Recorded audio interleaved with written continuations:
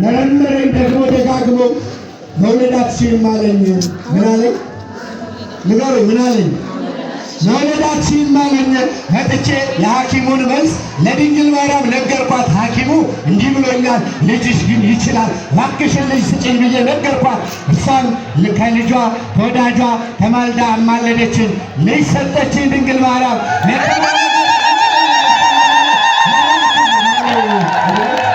መጋረጃ አምጥቻለሁ ብላለች። ለምራችሁ ዛሬ ነው መስሉ።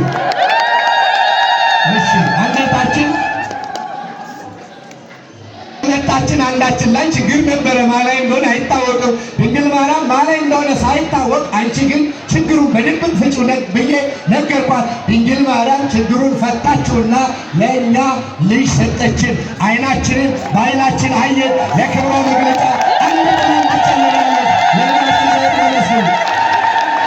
ስሜን እርሷም አምላክ ድንግል ማርያም ታውቃለች። 1000 ብር ስሜንም ታውቃለች። አስራት በኩራት 1000 ብር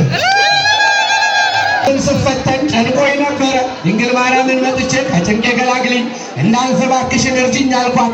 ያጠናሁት እንዳይጠፋኝ ማስታወሻዬን ሁኚ እባክሽን ድንግል ሆይ የነገርኳት። እሷም የነገርኳትን የልመናዬን ድምፅ ሰማች። ፈተናውንም አለፍኩኝ። ለክብሯ መግለጫ 1000 ግራም ስንት ብር እንደሆነ እንጃ ጥላ ይዛ መጣለች። ልብላችሁ ዛሬ መስል ስሜን እመቤቴ ታውቃለች አለ አንድ ወጣት ነው። ምንጣፍና አንድ ጥላ አምጥቷል። ልብላችሁ ዛሬ መስል ሰዎች ነበረ። ለድንግል ማርያም ነገርኳት። እባካችሁ በር ላይ ያላ ነበረ። ለድንግል ማርያም መጥቼ ነገርኳት። የጭንቅ አማላጇ ድንግል ማርያም በጭንቄ ደረሰችልኝ። ከበሽታ የሆኑ ፈወሰችኝ። እርሷ ስለፈወሰችኝ በአካውንት 2000 ብር እንደዚሁም ጥላ አምጥቻለሁ። ለዛሬ ዓመት ደግሞ በዚሁ ፍቅር፣ በዚሁ ክብር፣ በዚሁ ሰላም ብደርስ 10,000 ብር ይዤ እመጣለሁ ብሏል። ለልብላችሁ እግዚአብሔር ይመስገን። ሌላ ነው እዚህ ጋር ደግሞ ሌላ ነው። ወንድማችን የሚለው ነገር ተመርቄ ነበረ።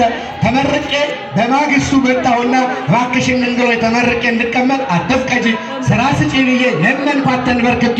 ድንግል ማርያም የለመንኳትን ቃል ተግባራዊ ያደረገችው በተመረኩ 1 ወር ሳይሞላኝ ከተመረኩ 1 ወር ሳይሞላኝ ድንግል ማርያም ስሜ ልመናዬን ሰምታ ስራ ሰጥታኛለች። ለክብሯ መግለጫ ጥላጥቻለሁ ስለቱ ይቀጥላል። ዝማሬ እንዘምርና እህቶቻችን ወንድሞቻችን ዝማሬውን ይዘምሩልናል።